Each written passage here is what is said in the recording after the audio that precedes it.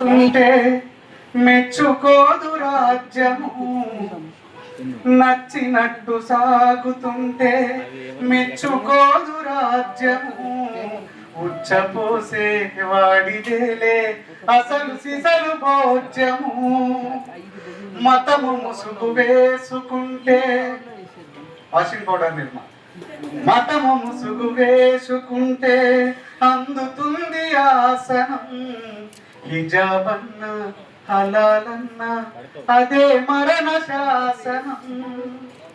హిజాబన్న హలాలన్న అదే మరణ శాసనం. ఈ దేశం ఎవరును గప్పిన నిప్ప,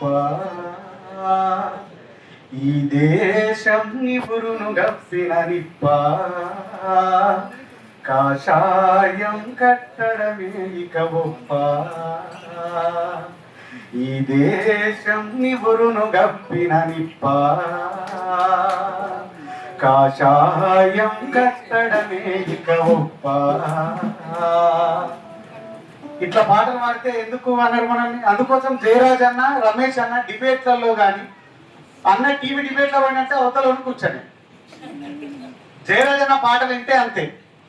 కానీ వాళ్ళు ఇంకా ఈ సమాజాన్ని కాపాడాలని తిరుగుతున్నారు కదా. మనువాదానికి మరణ శాసనము రాస్తున్నామిదిగో, భార్య కట్టెలు కడుతున్నామిదిగో. అనువాదానికి మరణ శాసనము రాస్తున్నామిదిగో, భార్య కట్టెలు మోస్తున్నామిదిగో. సరే కులాలు మతాలు కట్టిన గోడలు చేస్తామిదిగో, సరే కులాలు మతాలు కట్టిన గోడలు చేస్తామదిగో.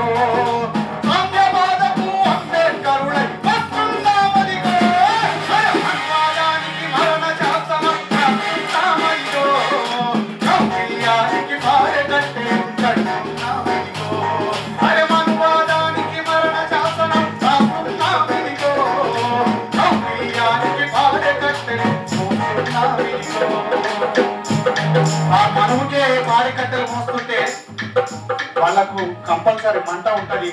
కానీ మా బహుజనుల నుంచి, ఎస్సీ ఎస్టీ బీసీల నుంచి, బుద్ధిజీవుల నుంచి, మట్టి బిడ్డల నుంచి వచ్చే మంటల్లో మీరు మారి మసై పోయేదాకా ఈ రాజ్యాంగాన్ని పట్టుకుంటాం, ఈ ప్రకృతిని కాపాడుకుంటాం, విజ్ఞానానికి నలుగురికి పంచుతామని తెలియజేస్తూ జయరాజ్ అన్న మీద మిట్టపల్లి సురేందర్ రాసిన చిన్న పాటతో ముగిస్తాను.